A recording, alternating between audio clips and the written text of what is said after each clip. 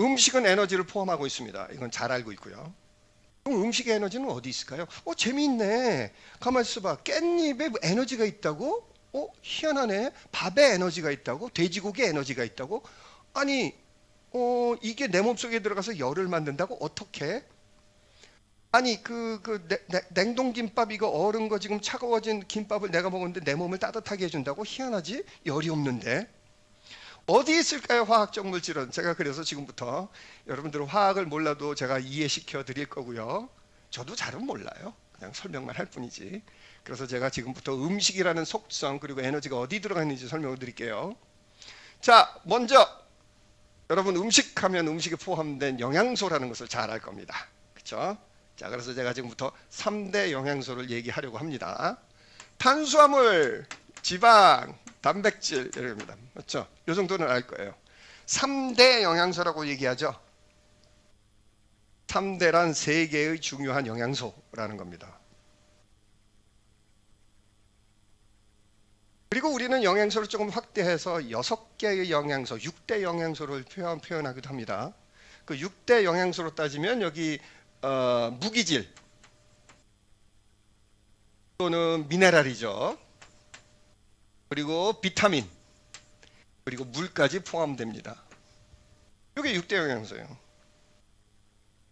그리고 이 위에 쓴 탄수화물, 지방, 단백질을 매크로뉴트리언트라고 합니다. 다량 영양소, 양이 많다 이런 말이죠.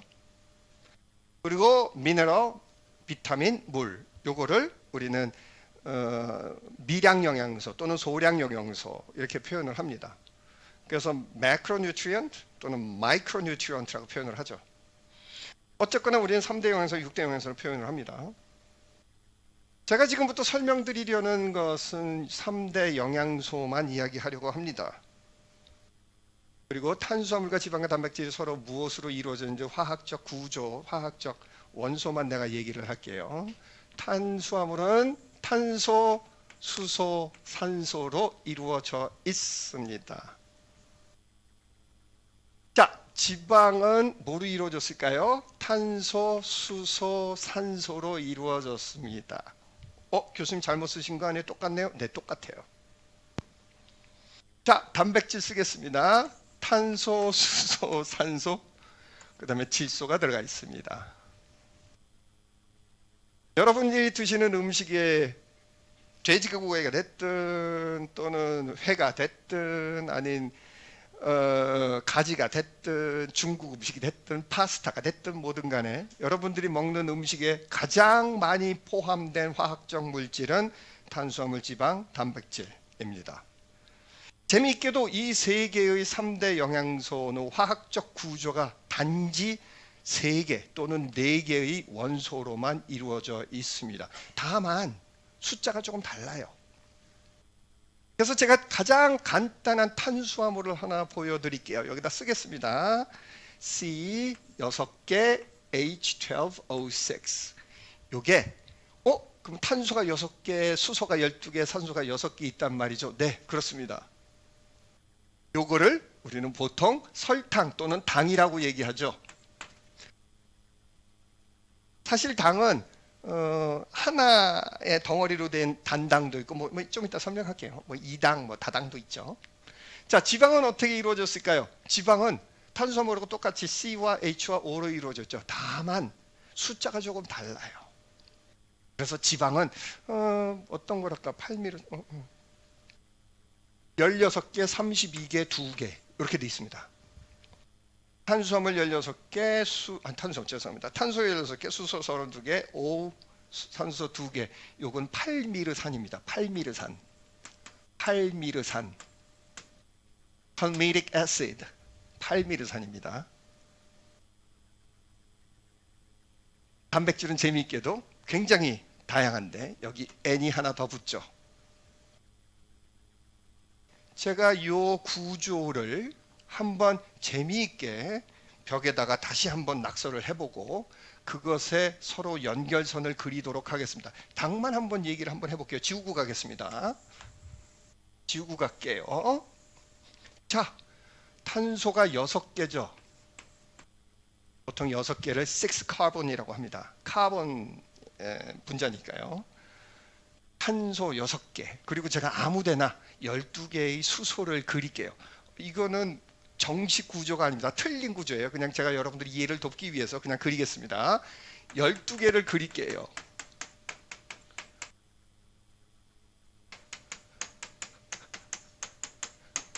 열두 개를 제가 그려놨습니다. 그죠?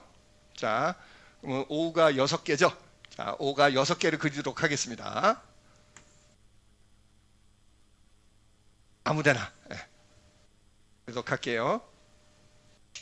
그리고 제가 이게 하나의 구조로서 이루어졌으니까 제가 이걸 빨간색으로 서로 연결을 하겠습니다. 여러분 뭐 화학 시간을 안 들었다 하더라도 대충 인터넷에서 이렇게 구조들이 어떻게 이루어지는지 화학적 구조, 화학 뭐 이렇게 나오자.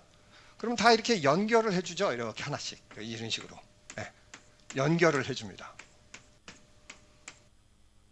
뭐든 이렇게 하면 안 됩니다. 지금 틀렸습니다. 다 틀렸습니다. 그런데 제가 다 연결을 해버렸습니다. 저게 당입니까? 예, 저게 당이에요. 여러분들이 잘 아는 글루코스입니다. 글루코스 많이 나와요. 글루코스 꼭 기억하시는 단어여야 돼요. 여기다 제가 빨간색으로 다 연결을 했어요. 자, 이것을 제가 어떻게 표현을 하냐면 이따가도 그림에 나오겠지만 레고로 저는 설명을 해요. 그래서 탄소의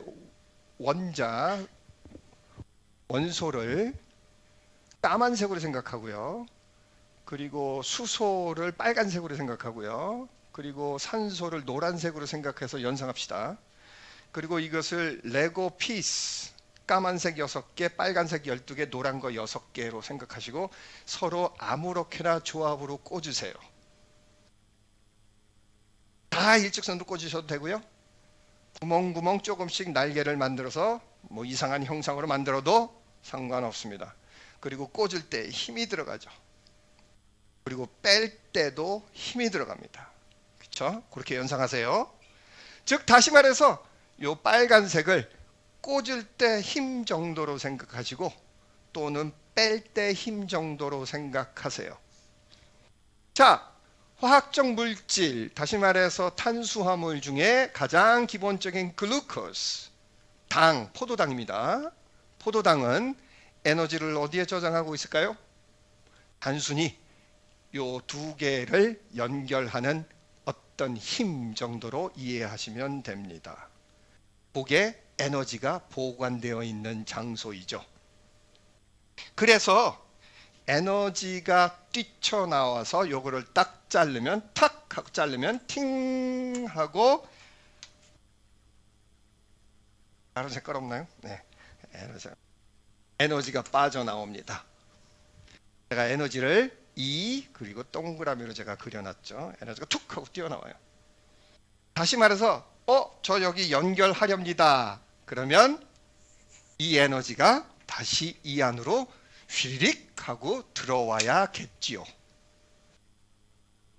그리고 만약에 이것을 잘라내서 이것이 에너지가 퉁 하고 바깥쪽으로 빠져나간다면 이 에너지는 어떤 에너지 형태로 바뀔지 아무도 모릅니다. 이게 열로 갈지 또는 또 다른 구성물질을 만들기 위해서 화학적 에너지 형태로서 들어갈지는 아무도 모릅니다.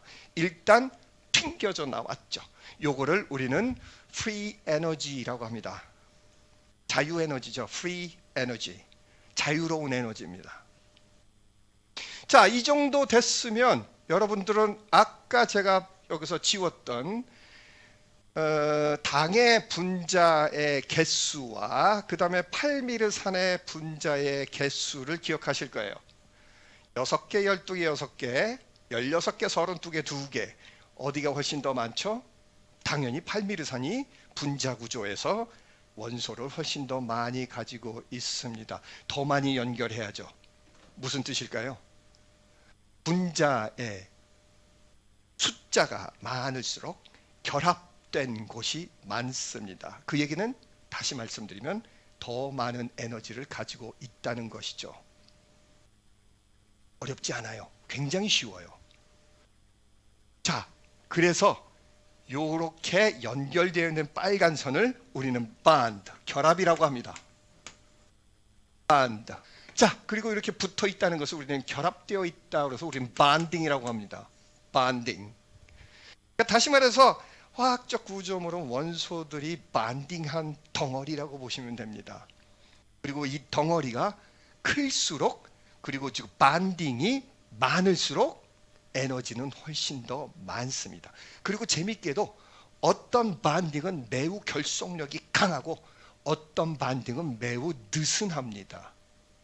재미있게도 지난 시간에 말씀드렸듯이 저 반딩이 되도록 하는데 필요한 화학적 물질이 있고 저 반딩을 자르는 물질이 있습니다. 그게 바로 효소죠.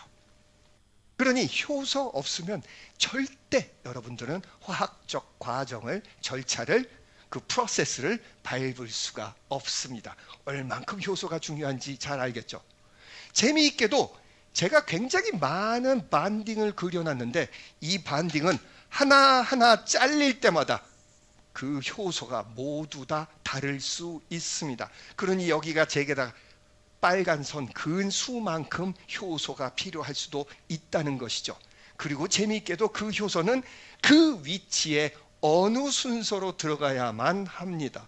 다시 말해서 이것을 깰 때 내 마음대로 아무 데서나 빼자 이렇게 한다고요. 자, 첫 번째 자르는 위치 그래서 첫 번째 딱 자르고요. 자, 두 번째 자릅시다. 그러면 두 번째 자르고요. 세 번째 자릅시다. 그러면 세 번째 자르고요. 이렇게 순서가 있고 그 순서에 입각해서 제대로 된 정확한 엔자임이 거기에 기다리고 있어야만 합니다. 그러니 엔자임이 얼마나 중요한지 이제 조금은 더 인식이 강하게 들어오시겠죠. 자, 이 정도면 이해가 됐나요? 자, 그러면 제가 탄수화물은 그려졌고요. 지방도 이거하고 똑같습니다. 그런데 단백질은 어떨까요? 잠깐만요. 교수님, 아까 탄수화물은 C와 H와 O, 지방도 C와 H와 O. 근데 단백질은 C와 H와 O와 N으로 되어 있네요. 아하, 이건 또 뭐지? 네, N도 어딘가 달릴 수 있죠. 네, N도 어디가 달릴 수 있습니다.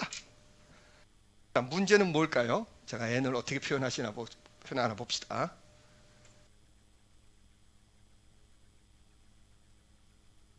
이렇게 붙어 있습니다. 무슨 뜻일까요? 굉장히 강하게 붙어 있어요.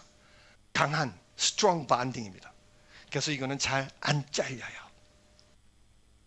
어떤 건 툭툭툭툭, 어떤 건 엔자임 없이 물만 있어도 되고 간단하게 옆에 단순한 엔자임만 있어도 되고요. 어떤 거는 아무리 들러붙어도 잘 안 떨어져요. 무슨 뜻일까요?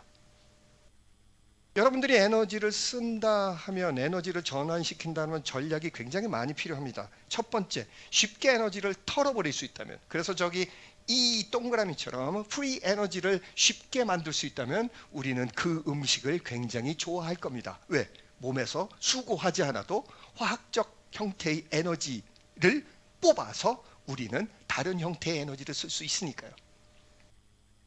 반대로 단단하게 들러붙는 것은 여러분 엔간에서는 빼기 쉽지 않을 거고 그것을 시도하지 않을 겁니다. 왜? 이거 떼려고 시도하는 동안 똑같은 노력으로 이거 나머지를 다 털어버릴 수 있다면, 그리고 나머지 다 터는 게 N 하나 자르는 것보다 훨씬 더 에너지 양이 많다면 우리는 당연히 쉬운 걸로 가죠. 자, 제가 탄수화물, 지방, 단백질을 얘기했습니다. 왜 음식은 탄수화물, 지방, 단백질로 이루어져 있을까요?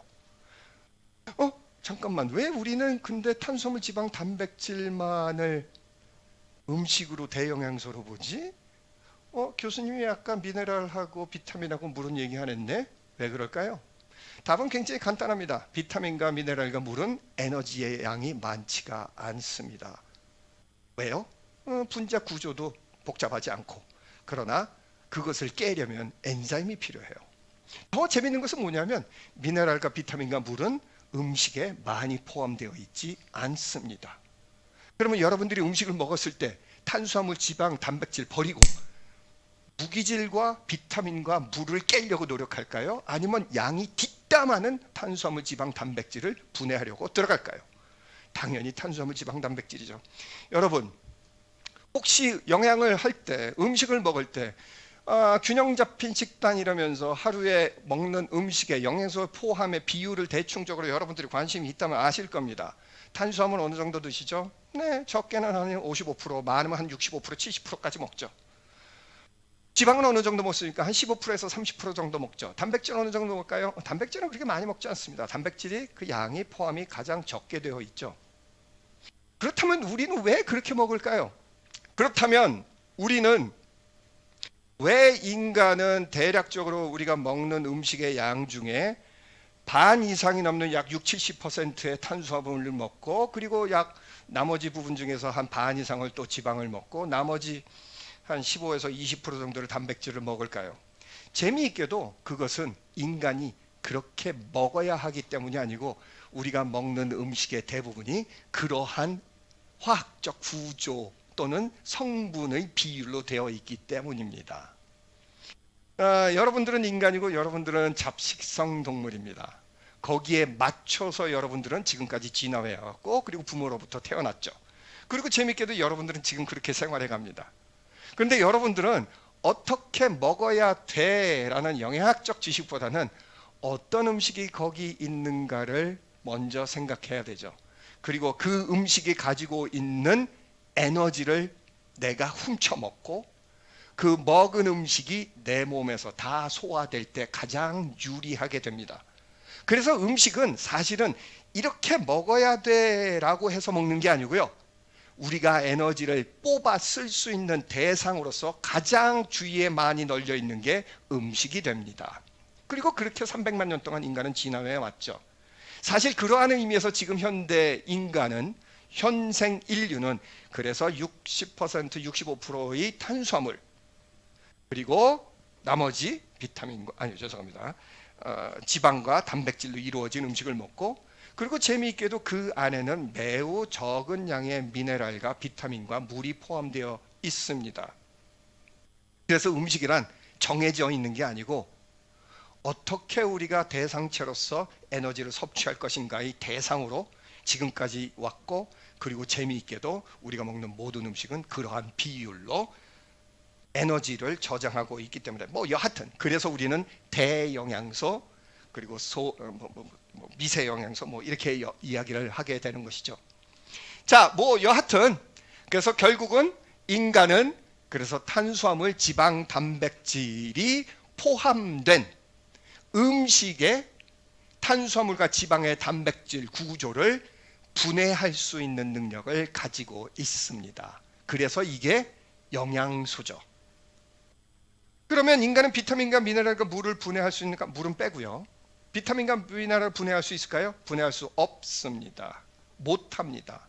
왜냐하면 음식에 포함된 0.1%도 안 되는 영양소를 위해서 우리가 굳이 그 복잡한 프로세스를 가지고 있을 이유가 하나도 없기 때문이죠. 물론 오늘 시간하고 오늘 시간 될까 모르겠네. 다음 시간을 통해서 우리가 그것이 왜 그렇게 되는지 조금 더 구체적으로 이야기하겠지만요.